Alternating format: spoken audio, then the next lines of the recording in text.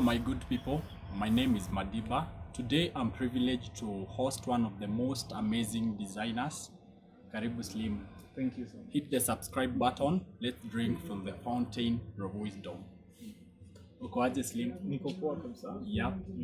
Aha, nimekuwa nikikusikiza na stories zako. I've been following you and you have been an inspiration to me. That's why niliamua kutuleta kwa hii platform yetu so that watu wakuwe inspired by your stories as the theme was. Yeah, many people have passed through pain na mambo kama hiyo, but we have to come out of the pain and face the reality. And so nataka ujiintroduce. Well, my name is Emmanuel Slim. I am a student at the Google Institute of Fine Arts. I pursue graphic design, which is a passion and a gift. I am a people developer. I enjoy when people succeed. Seeing people move from one place to another in growth is my life's path. Yes, so that is how I introduce myself. Okay. And for you to be slim, there is somewhere you have been molded from. Yes. Yeah. Can you tell us about your background? It's funny how, first of all, the name Slim came. Yeah. Many people ask me, well, you're slim, but you're not really slim. When I was born, my father named me Slim because I was slim then. You are slim. I had a slim body. Yeah. And so he decided to call me that. My younger brother was... At the day of birth, Yes. you are so slim. Yes. Okay. My younger brother, however, was chubby, so he was named Giant. Giant. Yes. Okay. Those were the dynamics and the semantics of his naming. Yeah, okay. I come from a place called Suba. Suba. In Homa Bay County. Okay. Bondo. Yes, those sides. Alright. Kwale. Yeah. I am a proud son of God. I am born again. Yeah. That is my new DNA. Yeah, your new DNA. Yes. I've not heard of that. Okay. I physically I was born. I come from Suba, Yes. but then I ascribe to my spiritual DNA, Okay. which is also important to say. All right. Yes. And so, where seem to Nairobi? No. Oh, okay. We only work in Nairobi, but then we don't come from there. All right. Yes. Yeah, and you went to school from primary, secondary. Can you tell us a little about it? Well, I began my early school life here in Nairobi, in a school called Nashville Academy, where I did baby class and nursery and pre-unit. No, I didn't do pre-unit because I was too bright to go to class 1. Hey, all right. It's not blowing my trumpet, but then I just found it that I actually didn't do pre-unit. Okay. And then I went on to do my primary school partly in Nairobi and partly up country. All right. And then I was enrolled in Homa Bay High School where I did my high school. All right. Yes. And now currently I'm in college doing what I love. Graphic design. Yes. Okay. And concerning our theme, can you explain somewhere that you went through pain and you were able to overcome it? Well, on a normal basis, someone would expect that life would be so interesting and you would be happy all the time. You would want to wake up and have a nice breakfast Yeah. with a beautiful family, go to school like everyone else, have the bills paid like everyone else would want it. But then that's not how life is. Personally, I have had so many painful moments. Okay. And those painful moments have come out of an environment that I would not expect. Um, People who I expected to to love me Yeah. the most Yeah. have at some point been the ones who have hurt me the most. Okay. I like in one scenario I remember I was coming from high school and my grades were not good and I had not registered a good result. And when I was coming for the holidays and I went to one of my relatives' place. And in one evening when he was hosting his friends, um, I had them laugh about my grades. They would mock and laugh about the numbers that I had brought home. Yeah. It was so number 200 and something out of 300. And it was not pleasing. So I would cry bitterly in my room because I felt um, really not worthy. Yeah. I was not smart like we were smart. And so that really hurt me. So the, the, the journey of healing from that really took time. Okay. Um, I wanted now to work with sympathy because it affected my mind. I was working with sympathy, working like the world owes me something. But then, interestingly, um, after I cleared high school, I got to heal from that, which maybe I will be sharing later on in the conversation. All right. We understand, according to high school performance.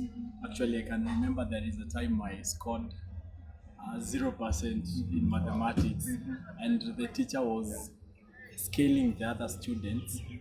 If kama amefunza vizuri atajua mimi nimeimprove. Yeah. So alikuwa anajipima na mimi. Yeah. So if I get 5%, then he will know that I'm doing something in the class. Yeah. And it was an amazing journey for me because I was able to improve, though not that much. And so I understand what you are going through.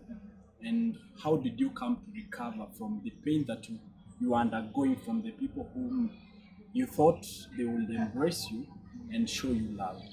Yeah. Well, it's a battle. It's a battle that goes on in the mind. Yeah. Between your environment, what happens to you, and who you become. Yeah. For me, I remember there are so many things that I had done in my high school life, particularly, that maybe would have brought me to that place of sympathy. I felt like the whole of the world hates me. There is nothing that I can offer to the world. I'm not good at anything. At the moment, I only had art. But then people viewed art as something that it cannot bring food to the table. Yeah. You had to just make it in the academics and get a job or a somewhat recognizable course. Yeah. So the magic happened for me in 2018, where after I received my KCSE result, which was not pleasing again, I was just at home. I didn't know what to do. All I had was art, just to draw.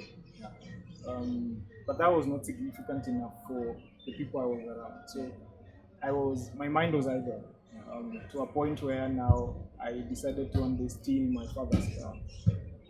Went out for a spin, and then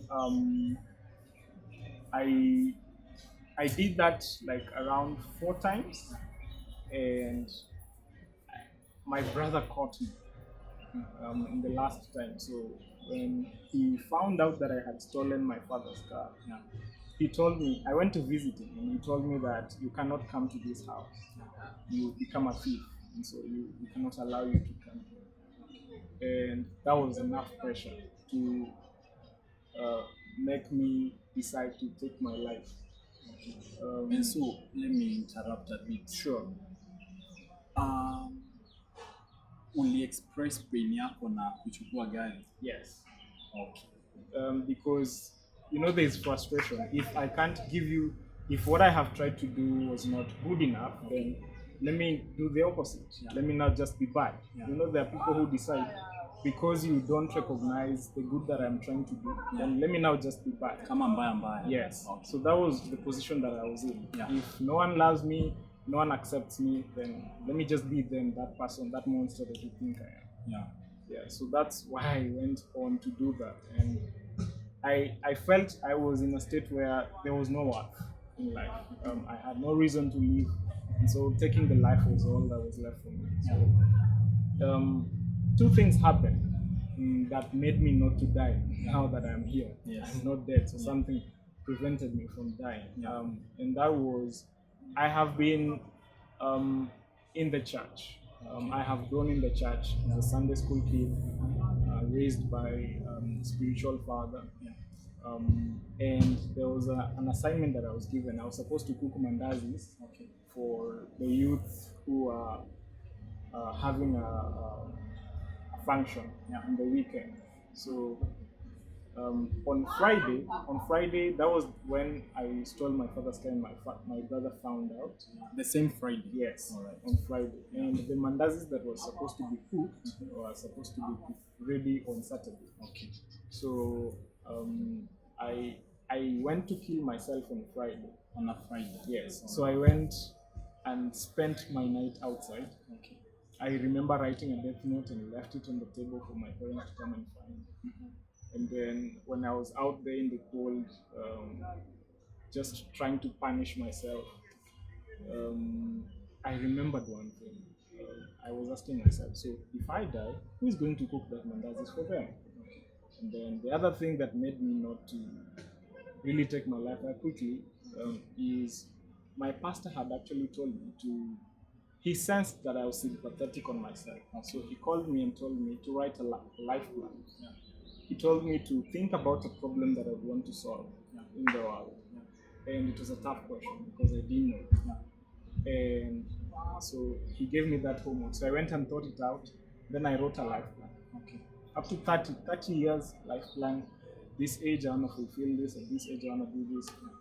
In my spiritual life, this is what I want to do. In my economic life, this is what I want to do. All those aspects of life. So I wrote it down. So out there when I was in the cold, I asked myself again, so if I die, who is going to live that life plan that I wrote down? So those are the two things that made me not to die. I decided to take the hard decision of going back to ask for forgiveness from my parents. And it was a bitter pill to swallow, but then I had to take it anyway. And that is when now things came alive. I said I was not going to be the person I was again. That's why the route changed. And you know, finally, the healing came from within me. You know, someone would expect that for the bad things that are happening around you, you would want them to change so that they would leave you alone. But people don't realize that it really doesn't matter what happens in your space. The mindset and whatever that goes on within you is what really matters. How you perceive, how you react to whatever thing that is happening around. Okay. Yes. So you are being sympathetic about yourself because of your beloved ones who are making, or like they were mocking you. But after you started the healing process, you yourself went to ask them for forgiveness. Yet ni hao walikuwa wamekufanyia yani walikuwa kupress hadi kwa depression. And so how comes when mimi ndio nimekukosea lakini wewe ambao umekosewa ndio unakuja kuniomba msamaha? You see, I am the constant in that case. If they hurt me, it is me who is getting hurt. How I think as a result of getting hurt affects me really doesn't affect them. Understand? And they might not change. You understand? They might still keep hurting me. So it's me to deal with myself. You understand? But you realize the reason as to why I was asking for forgiveness was because as a result of them hurting me, I went on also to hurt them. And their mistake became my mistake. You understand? Yeah. So now that's why I had to ask for forgiveness so that there would be peace Yeah. for me. Yeah. Because I was the one who was hurting. So for me to move on therefore with life, Yeah. I had to make that step of asking for forgiveness. And now what I found from that was it now really didn't matter whether they hurt me because I now began to pursue who I was Yeah. and my worth. Yeah. And now they didn't have to tell me who I was. I already told myself. Okay. Yes. And how was it? How did your parents take that situation when they heard that you are almost committing suicide because of them? Well, it's funny, they didn't tell me how they thought Yeah. when I made that decision. All right. But then they are parents. Okay. They loved me. Yeah. I understood that, and they wouldn't want me to just go like that. Yeah. But they were happy when I came back. They received me when I came back to ask for forgiveness, and the evidence of them receiving me was even after, my dad would be worried if I stole his car 4 times and I didn't know how to drive. He would be worried because I would get an accident, I would destroy the car, and those are expenses. And above all, the life would be costed. So he forgave me even after all of it. Yeah. So well, it was painful, it was confusing, but then they still gave me a chance. Okay. And so after you were able to heal, that is after Form 4, you decided to pursue your talent of art. How has the journey been? Now, I like that question because this is where I am now came about. And that is what I would really recommend for everyone, even those people who are listening to this. To find fulfillment in life, you must discover who you are.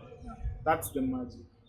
And I thank God for the bad moments because they led me to a good moment. Where right now, if you abuse me, I will feel sorry for you because whatever you're saying, if that is not what I have discovered for myself, then I don't have to be bothered. You understand? So for me, that process was a journey of discovery. I began questioning myself. Okay. I remember listening to a video. The first video that I listened to was titled "Why Young Men Need Visions and Dreams" by Dr. Miles Monroe. Which changed my life. It changed my life. I now started to want to hear more good messages. I wanted to find Inspirational yes, messages. I wanted to build a new DNA. I wanted to fill my mind with something good.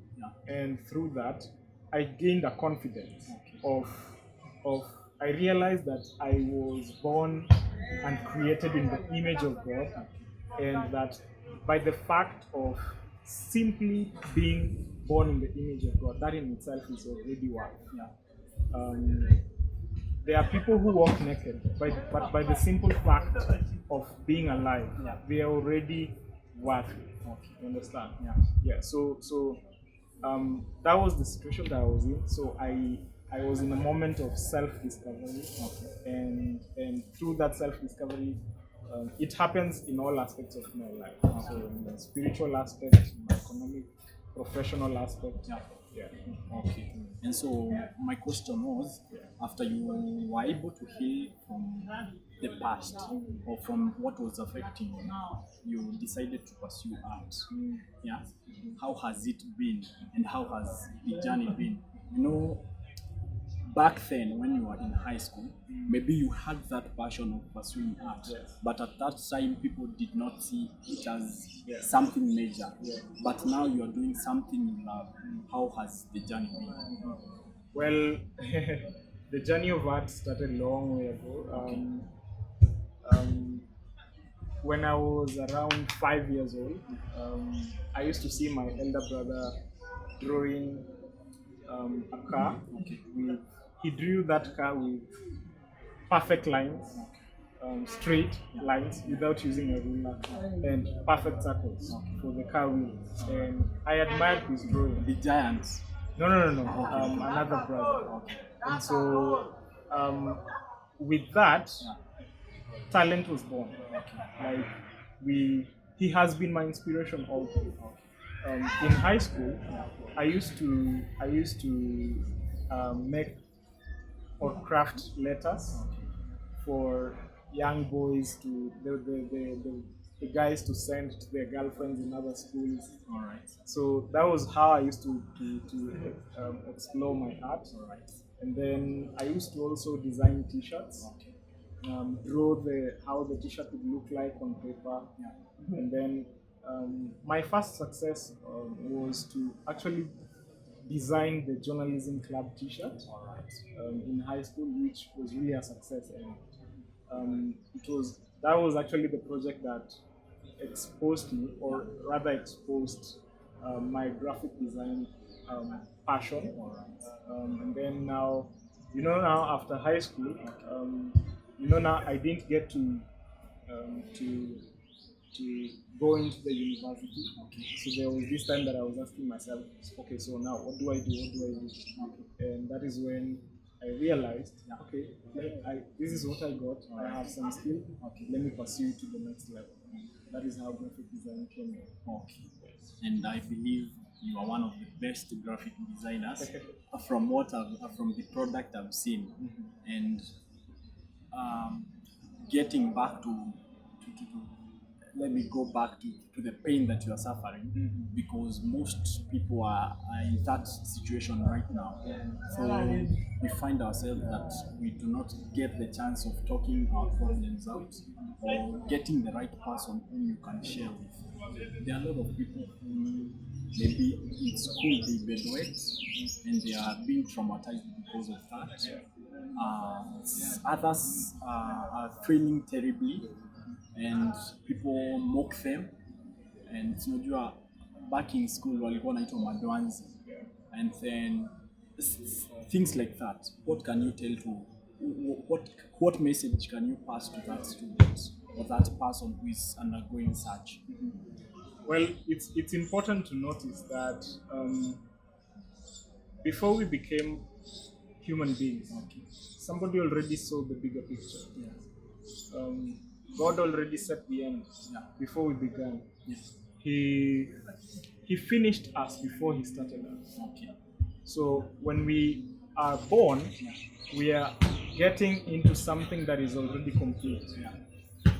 That gives me confidence, because if anything that happens to me leads me to where I'm supposed to go. You understand?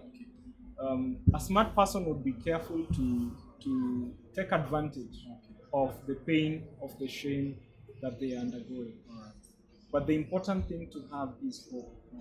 Hope. Have this vision inside of you. Have this hope that soon things will be better. The things that you're facing right now, it doesn't last. Nothing is temporary. Nothing is permanent. Sorry, nothing is permanent. It's only for a certain period of time.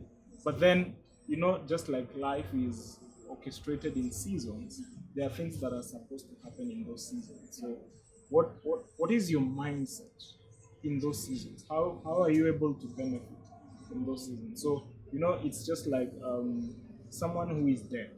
You cannot inflict pain in them. You understand? So if you want to really benefit from, because I would not wish that maybe God would take your problems away from you, because some of those problems are supposed to spark life to you. You understand? So just like somebody who is dead, you cannot inflict pain in them. So sometimes you need to be dead to situation.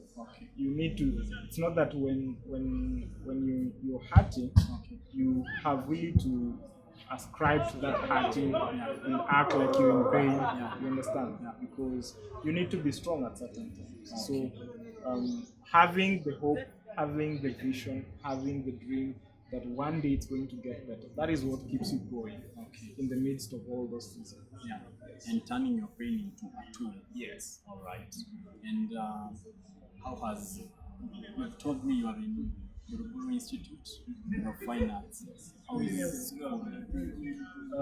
I love this environment. Actually, I'll really be painting when I'll be eventually leaving, because I've built a community. I've interacted with people who I have cherished dearly. Yeah. We've built a family, and there is one environment that I would really miss, and that is the environment where artists are.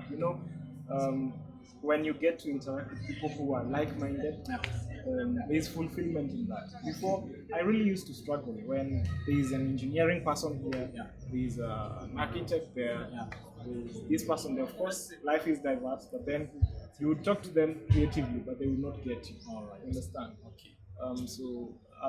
IFA has actually grown my gift. It's grown my leadership. All right. It's grown entirely who I am as a person. So I'm really grateful. Yeah. Okay. So BIFA is only dealing with design. Well, not just design. All right. Let's just say fine art. Fine art is broad enough. Where we have product design, we have fashion design, graphic design, interior design, and drawing and painting. So anything, and it's not just limited to those, because you can be a speaker and you can bring out your gift in that. Yeah, so it molds a whole person. Okay. And so, which projects have you been able to undertake, and you think that they will bring a bright future to people who are waiting for us outside there? I began by mentioning that I am passionate about people development.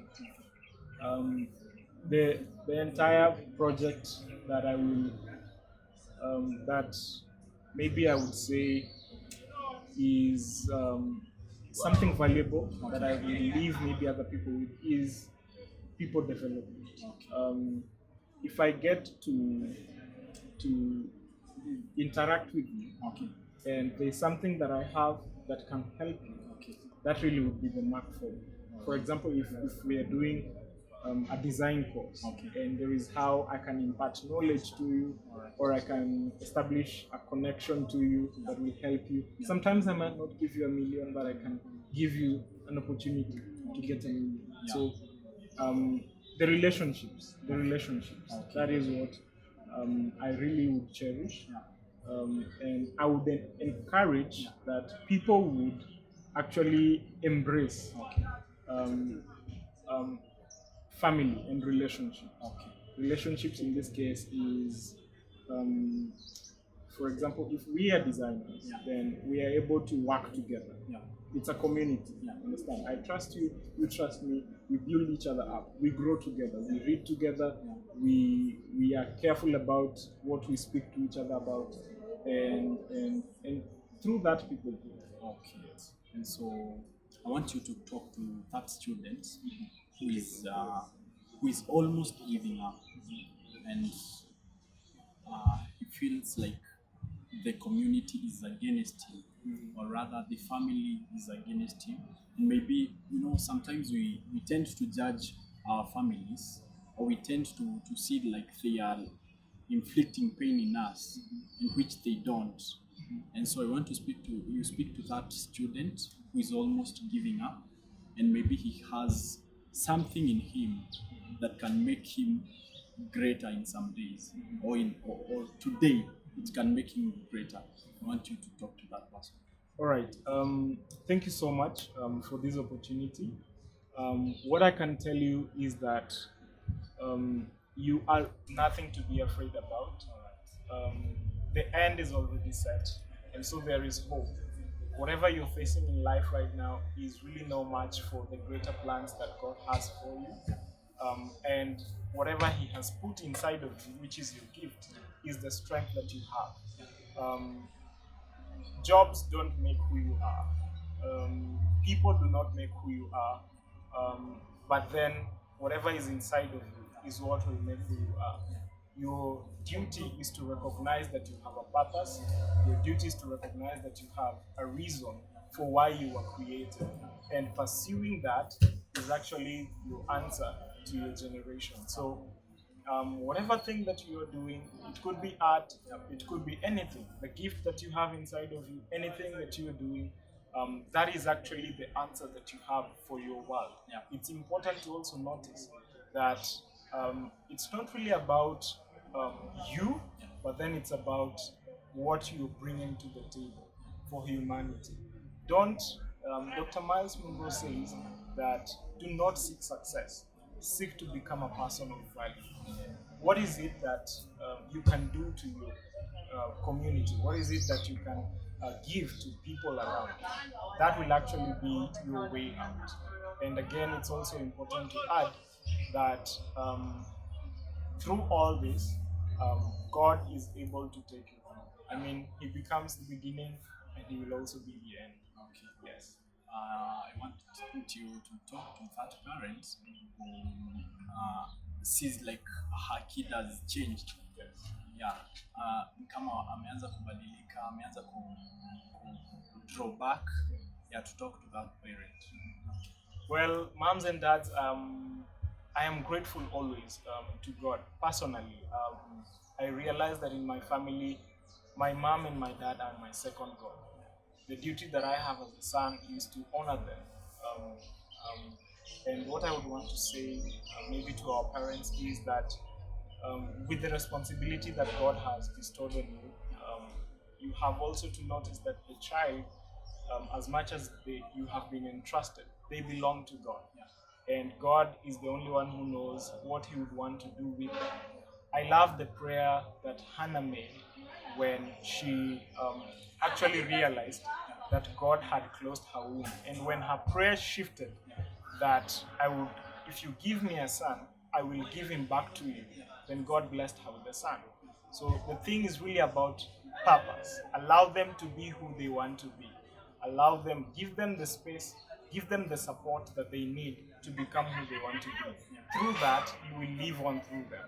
If they eventually become what God had created them to be, then you will have succeeded in raising a child for God. Yeah. Yes. Okay. Thank you for that. It's a stream of wisdom. Yeah, I told my viewers from the start, and you've been inspirational to me personally, and I want to thank you for that. And as you finish your course, may God open doors for you, and I hope we shall walk this journey together because everyone has a story, and you said that Africans are made of stories, and I think all of us have a story, a painful story. Maybe you've undergone something that made you depressed, and maybe right now you are depressed. I want you to get encouraged when you see Slim here. Despite all the things that he passed through, he has been able to maneuver and to pass through all that.